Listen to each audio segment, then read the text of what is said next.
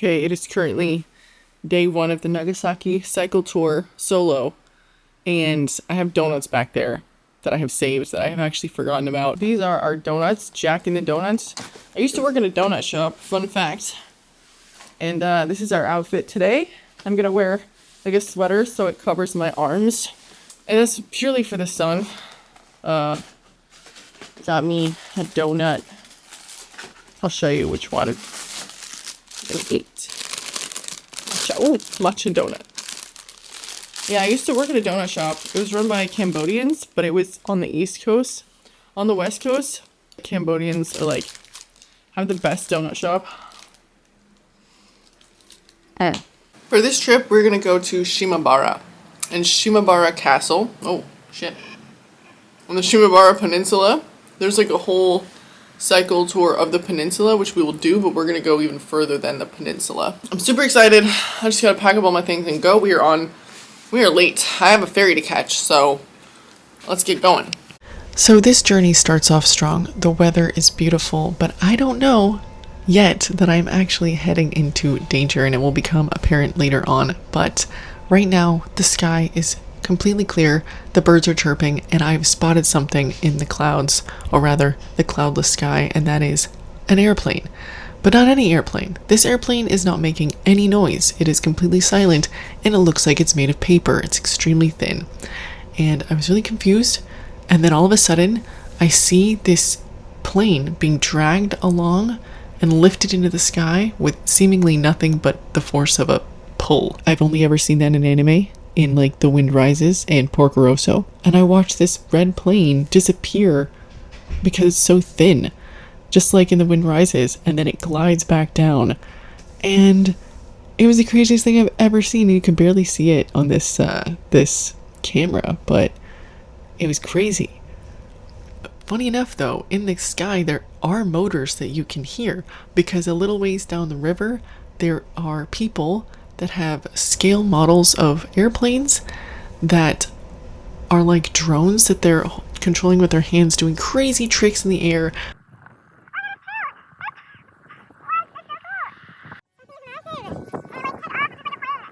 But when I make it to the port, I am pretty late in terms of like, I wanted to take the 9 o'clock ferry, but I actually took the 11 o'clock ferry. It's a 1-hour ferry. I get there, and of course, it's not Japan without the most amazing ferry experience. You got a cafe and 2 different styles of boats. So you have a 30-minute boat and a 1-hour boat. I took the 1-hour boat. It didn't cost too much extra to bring my bike on. And I met this really interesting guy named Dell, who is hitchhiking Japan. Let's do a little interview with him. Why did you decide to cycle, or rather, why did you decide to hitchhike? Well, I often come to Tokyo.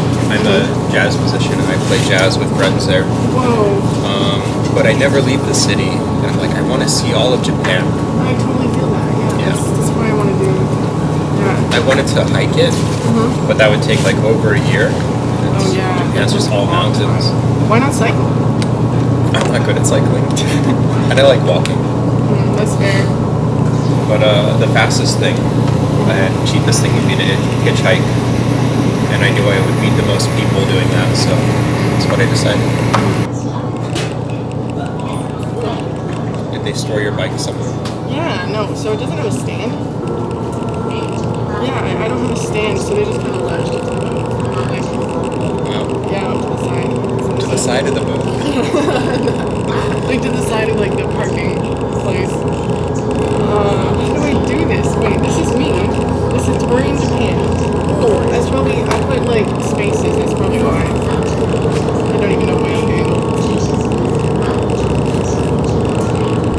So, you like the jazz scene in Japan, right? Oh yeah, I like the people in Japan. That's awesome. Yeah, the jazz scene is like popular everywhere, especially. Okay. Are you originally from like New York? Did you move from Seattle to New York? But they kind of grew up everywhere, and I'm trying to spend time in a lot of places at once. But I grew up in Quantico, Virginia, Los Angeles, El Paso, Kansas City. Lived in New York, grad school in Spain. Lived in DC proper, and then I bought a house in St. Louis. St. Louis, wow. Yeah. Wow. Now I just need one in New Orleans and one in Japan, and I'll be set. That's awesome. What would you say is your, in Japanese they say like, ikigai? Ikigai? Ikigai. That's like your passion, your way, like the thing that you want to do. No, it's play. All I ever really wanted to do is play music for a living. And what's your instrument of choice? Percussion. I got a grant to learn piano, so I've been working on that. It's really basic. What's your favorite artist? Too many. Really like Max Roach, Wynton Marsalis, Baby Dodds, old-time jazz musicians. Wow, that's so cool. Do you play? No, not at all. Not even remotely, no. Yeah. Nope, I'm a writer though. I am an author, so I do like art, but not a musician. Who are your favorite authors? Oh man. Or genre? I really like fantasy, so all the old like Tolkien, Hell yeah. all that shit. But yeah, I haven't been reading as much. Well, I've been reading a lot for like research things. Like I want to learn Japanese history, so like a lot of the things you find in English is very orientalist, very like different, like one-sided perspectives that are not really true, right? There's all of English translation still for Japanese history, so it's hard to find Japanese history, all the things that I'm looking for. So, but yeah, that's Very cool. not so much. What is your work like? My work? Oh, it's great. It's really nice. Yeah. But the Japanese school system is very different, I would say. Yeah. Are you interested in teaching at all? I'd be happy to. You should. I recommend. I'd have to be able to play still. Well, yeah. Oh no, so that's the amazing thing about like the program that I'm on, the JET program. Jet. They really want you to be part of the community. So if you tell them that you're into music, then they'll likely put you in a place where, like, you can connect with musicians. So like, start something, play for people. That would need like a city, could be rural. Yeah, the city yeah. There's so many little cities everywhere. I mean, even in Tokyo, the whole, like, many jets are there. What is your favorite part of Japan? The people. Is there anything that, like, things that you have to be used to when you're here? Anything, like, majorly different that you found about Japan? Yes, culturally. So I dated a Japanese girl in Tokyo, and that was like the first time. I met her in New York, and we're doing long distance back and forth. And it was hard because there are so many cultural differences, and sometimes Japanese people won't explain it to you. They kind of expect you to pick it up, but it's not natural. Absolutely. For an American. I great believe.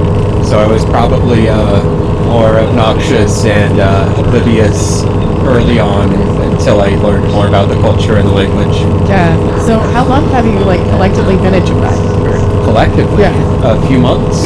But I've been back, here a dozen times. It seems like you know a lot already. Like, that's like not an answer that people usually give to, like, having been here for only a few months. But yeah, I think you've been there, like, not understanding. So once again, your name? Dell.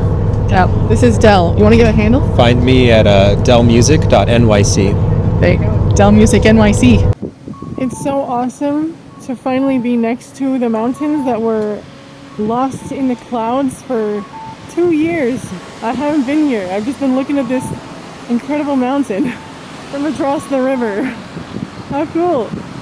The Shimabara Peninsula is around this mountain, so we're going to go around it along the coast where it's not very hilly, not very mountainous, so we can actually get there in time. So let's do that. I made it to Shimabara Castle, and unfortunately I was not able to go inside. I am on a bit of a time crunch. I took a pit stop at a Family Mart, and this bathroom was cleaner than I was. I was so impressed. It's completely immaculate. When you're in Japan, make sure that you ask the staff if you can use the restroom. I don't always, but in this case I did. And I got this massive meal. I wasn't very hungry, to be honest, but I figured I needed to keep my strength up. It's very, very good. And it was only $5, like less than $5. Pretty crazy. And this is where I learned that I accidentally turned my footage to slow motion. Since this is a practice run for when I do cycle all of Japan, I will make sure not to do slow-mo, but at the same time, it is kind of funny.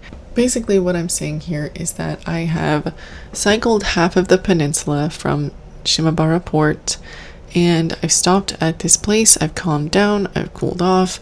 I wasn't really, like, it didn't take so much effort, but in calming down and looking at my phone, all of the anxiety came back to me. All of the bad feelings just completely made up in my brain, and my one brain cell trying to organize everything at once really put me in a horrible mood. I felt like I couldn't do it after, like, it was like this total flip-flop from this is easy, this is great, to like, I can't do this, what am I doing? And I was like, you know what, the only thing to do now is just to keep going and kill the doubt in me. Just ignore the wimp inside of me that's like, this is dumb, why are you doing this? And just keep fucking going. And that's what I did. And thanks to this slow shot, I was able to get some really nice footage of the coastline where I was cycling. It was truly magical. At this point, I am extremely tired. It is pretty much all uphill from here, going into Nagasaki. It is not a cycle-friendly place because of how many mountains there are, how many hills, but if you do cycle in Nagasaki, basically you can cycle to the moon and beyond. And all of the doubts, all of the pain, it was really starting to get to me here. But, I mean, the cavalry is not coming. I am the cavalry. I have to save myself. There is no rescue here. I just gotta make it. And I know I could. So, let's keep going. I took a little pit stop here. It was just a random stop. Like, when you go up big hills, you just have to take breaks more so. And I chugged a juice, a peach juice, the nectar stuff. Amazing. And I got this sneak peek into what it was going to be like in Nagasaki. If you think this is nice, Nagasaki is like this but on crack.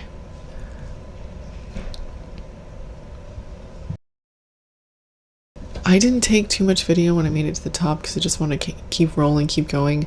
Oh God, no! And I saw this in the distance. I was completely gutted. I do not like going in tunnels, and many times tunnels don't have any room for biking or walking. But this tunnel did have a lot of room for biking, a bike lane as it were.